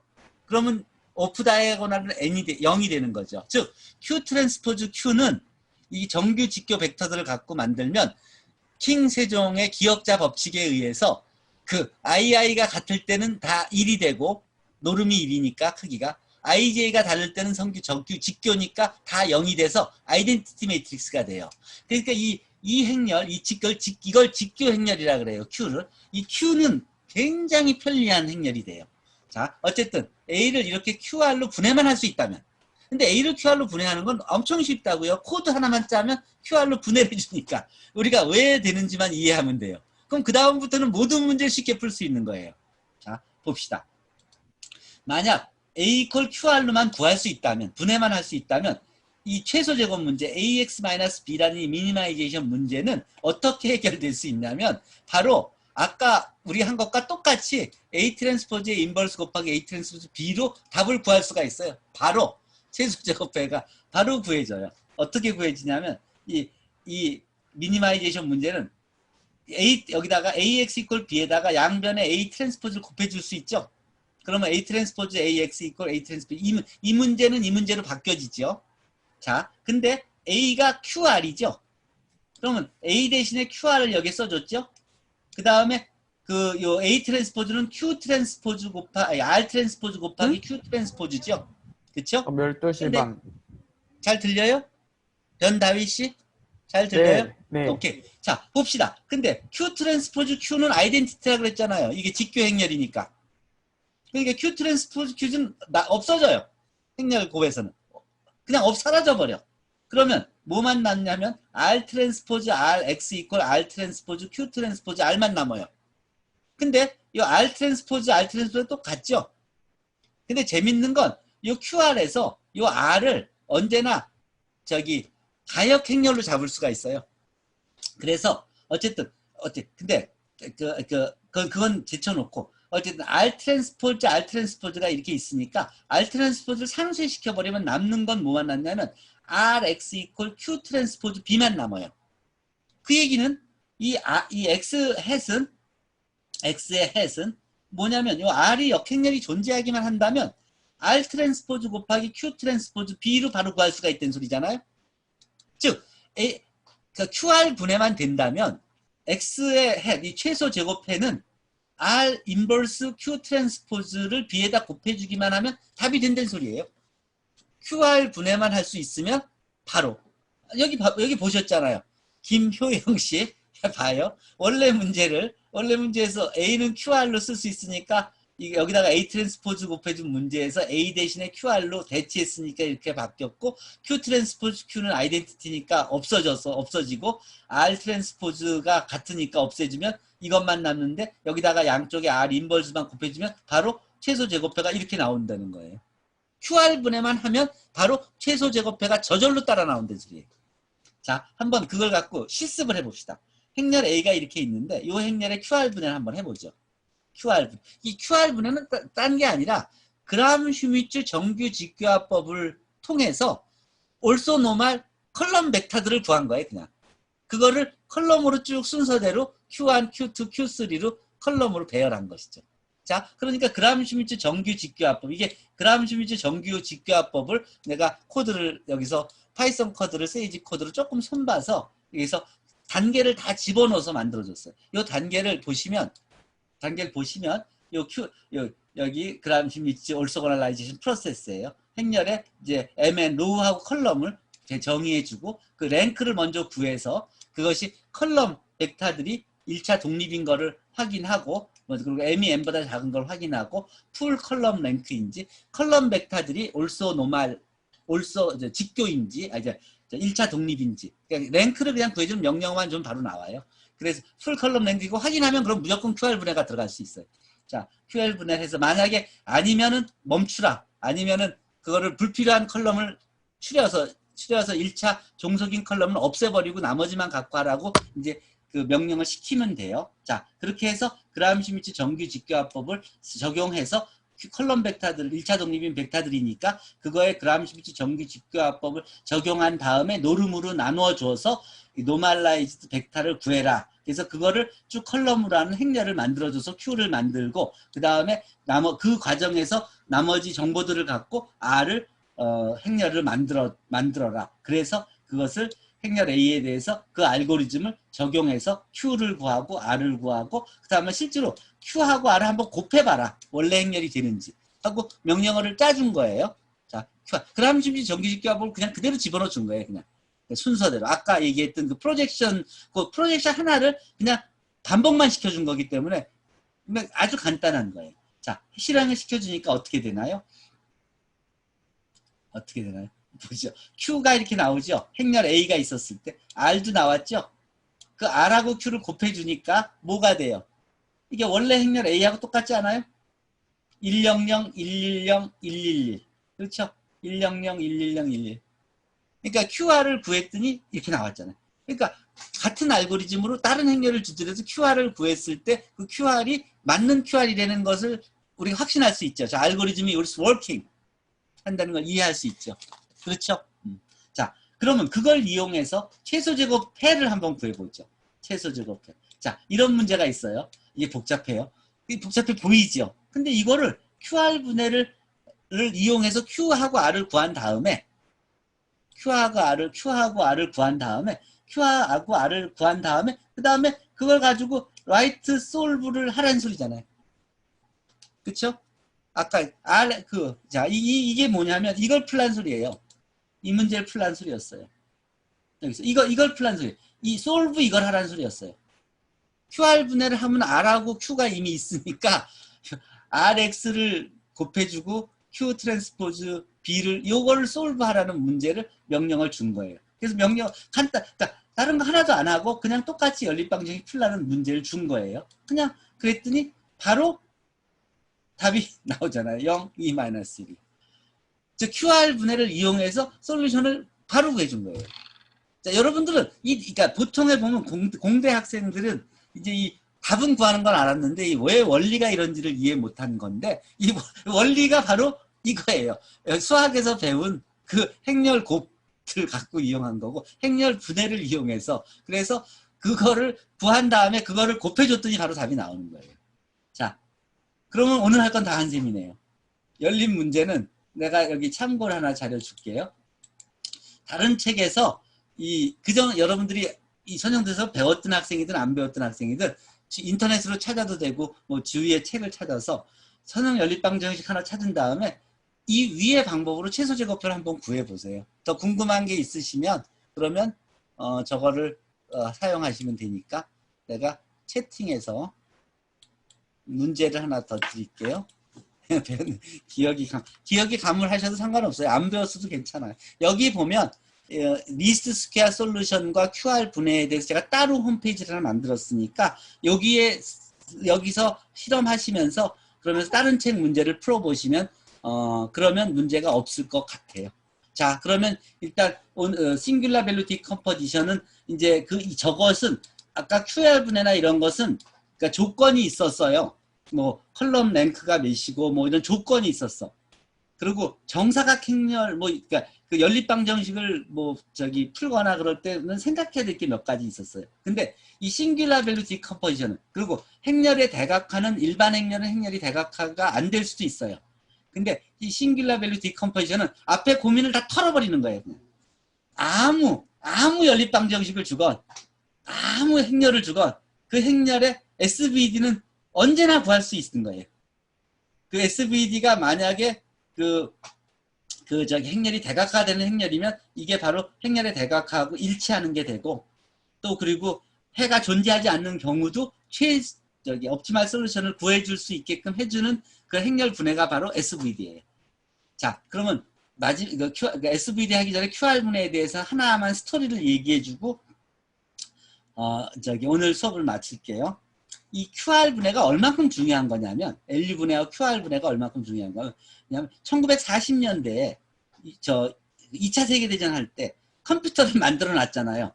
알란 튜링이 컴퓨터의 개념을 제공하고 폰 노이만이 이제 컴퓨터를 만들고 그리고 그 전에도 뭐 하버드 대학에서 마크를 만들기도 하고 뭐 IBM에서 컴퓨터를 만들기도 하고 컴퓨터를 만들어 놨어요.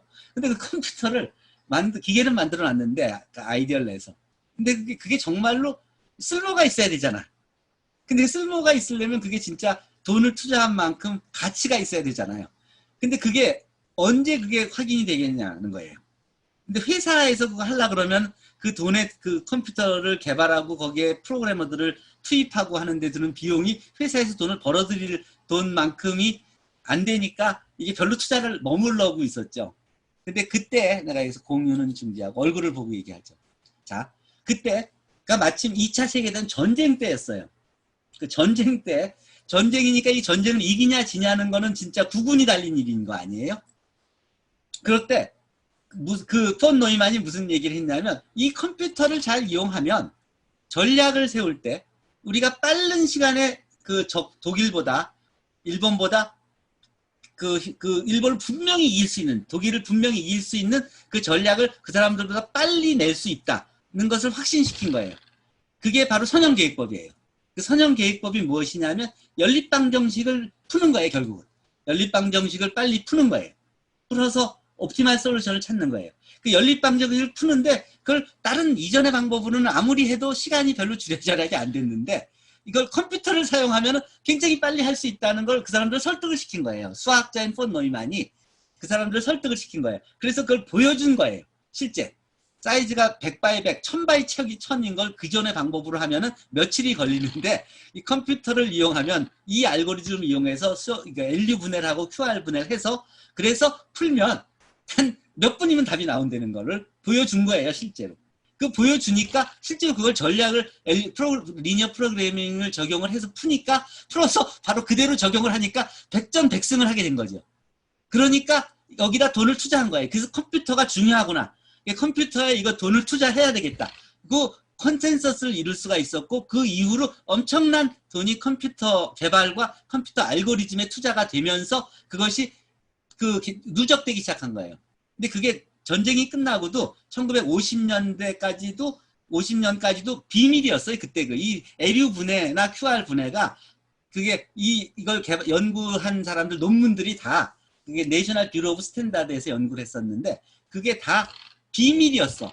어디에 갔냐면 정보국에 그 문을 몇 개 열고 들어가서 금고를 열어야지 자기가 제출한 보고서를 확인하려면 그 금고문을 열어줘야만 그걸 확인할 수가 있었어요. 그 보고서들.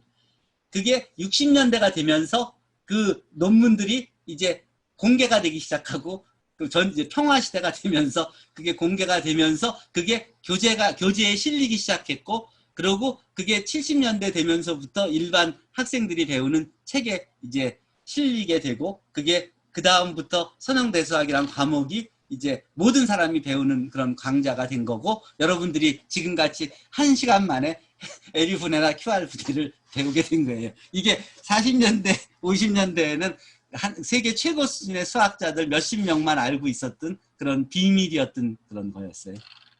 자, 오늘 그래서 그 행렬의 덧셈, 뺄셈, 곱셈 그리고 뭐 역행렬 구하고 뭐 그걸 이용해서 LU 분해, QR 분해하고 그래서 리스트 스퀘어 솔루션을 구하고 리스트 커브 구하는 것까지 했습니다. 다음 시간에 싱귤러 밸류 디컴포지션 하도록 할게요. 자, 수고 많으셨습니다. 하시고 싶은 얘기 있으면 한 사람만 말씀 듣고 마무리하죠. 한 분만 손 들고 말씀하시죠. 손 들면 바로 마이크 켜주세요. 자, 오늘 배운 것 중에서 궁금하거나 또는 다음 시간에 배울 거에 대해서 궁금한 거 있으면 말씀하십시오. 자, 예, 정근협 씨. 자, 음소거가 내가 음소거를 좀 해주세요. 예, 말씀하십시오. 예, 정근협이라고 하고요. 네네. 수업을 듣긴 했는데 저희가 이제 분량이 얼만큼 되는지 몰랐었는데 너무 많은 시간이 나가다 보니까 학습을 하고 할 수 있는 시간이 얼만큼 되나가 좀 걱정이 많이 됩니다. 이거 있잖아요. 예. 사실은 뭐 7일 만에 끝내는 선형대수학 뭐 이런 것도 있고 뭐 한데 네. 지금은 6주 안에 우리 책에서 통계 부분은 그 영준 일승 교수님이 가르쳐 드리고 나머지 부분은 제가 커버해 드릴 거예요. 그러니까 그 책을 읽으시면서 그냥 궁금한 걸 물어보신다는 정도만 하셔도 돼요. 왜냐하면 그 책이 지금 웹사이트에 내가 다 공개했잖아요. 그걸 무료로 다 공개한 거예요, 책을. 그러니까 그리고 거기에 실험실도 있잖아요. 그건 어디로 도망가지 않을 거예요. 그러니까 그걸 외울 생각하지 마세요. 외우지 마시고 어차피 거기 있을 거고 책 가지고 있으니까 그걸 그러니까 읽으시면서 이해하시고 모르면 물어보시고 그리고 또 실험해 보시고 안 되면 물어보시고 그래서 한번 고수로만 하시면 돼요. 그 고수로 하신 경험들만 공유하세요. 실패하신 경험, 성공하신 경험을 Q&A에 공유하세요. 그 공유하신 것들을 보고 내가 잘했으면 잘했다, 또 막힌 부분이 있으면 해결할 수 있게끔 도와드릴게요. 그것을 모아서 제출하시면 돼요. 그게 여러분들의 참여 점수고, 그게 온라인 시험이 바로 그 참여도를 점수화시켜서 배정을 줄 거고, 그리고 오프라인 시험은 보게 된다면 그 보고서를 가지고 발표를 하거나 또 그 보고서를 보고 내가 질문하는 거에 답을 하는 것을 확인해서 실제로 해봤냐, 그리고 실제로 이해하고 있냐, 또 그걸 설명할 수 있냐, 또 내가 그 비슷한 문제를 주면은 실제로 계산해서 리스트 스퀘어 솔루션을 구할 수 있냐, SVD를 해낼 수 있냐는 걸 확인하고, 그걸 할 수 있으면 그러면 다 좋은 평가를 내가 주도록 할 그런 생각이에요. PCA를 할 수 있냐, PCA가 뭔지 해봤냐, 이해했냐, 그걸 설명했냐, 그리고 실제 PCA를 해보았느냐. 그래서 해본 게 확인되고 할 수 있는 게 검증되고, 그걸 설명하라 그랬을 때 짧게라도 간단하게라도 설명할 수 있으면 그러면 A입니다. 오케이. 이해되죠? 그러니까 학습 시간은 별로 고민할 필요가 없는 게, 그냥 빠른 분은 쭉 그냥 하루 만에 끝낼 수 있는 거고, 처음 하시거나 익숙하지 않은 부분이 있는 부분, 그 부분은 좀 시간이 걸릴 거고. 그래서 고수로 한 번만 하시면 되고, 고수로 한 기록만 있으시면은 그러면 제가 그걸 검증하고, 그리고 같이 다른 학생들도 그걸 공유하고, 그리고 그것이 여러분들 성적이 된다 이렇게 생각하시면 됩니다. 이해되셨죠? 자, 그러면 수업 시간 이제 5분 남았는데 더 이상 얘기 안 해도 괜찮겠죠? 자, 책은 그거고요. 맞습니다. 김규인 씨가 물어보셨는데, 이 Q&A 질문은 우리 아이캠퍼스 또는 우리 글로벌 MBA에 있는 아마 페이지가 영어로 돼 있으니까 페이지가 아마 Q&A 디스커션 라인인 것 같아요. 디스커션 란은 완전히 하나의 주제에 대해서 토론하는 것 같고, 그거보다는 그냥 부담 없이 페이지에 그냥 여러 가지 얘기들을 다시면서 해본 것들을 공유해 보도록 하죠. 또 하다가 불편하거나 그러시면 그거는 그때 방법을 찾아가도록 하죠. 이제 첫 시간이니까 너무 부담 갖지 마시고 그냥 행렬 곱에 대해서 오늘 배웠다 이런 정도만 생각하시면 충분하고, 내일은 SVD 행렬 분해를 배운다 다음 시간에, 그렇게 생각하시면 됩니다. 자, 수고 많이 하셨습니다. 자, 반가웠고 또 다음 시간에 봬요.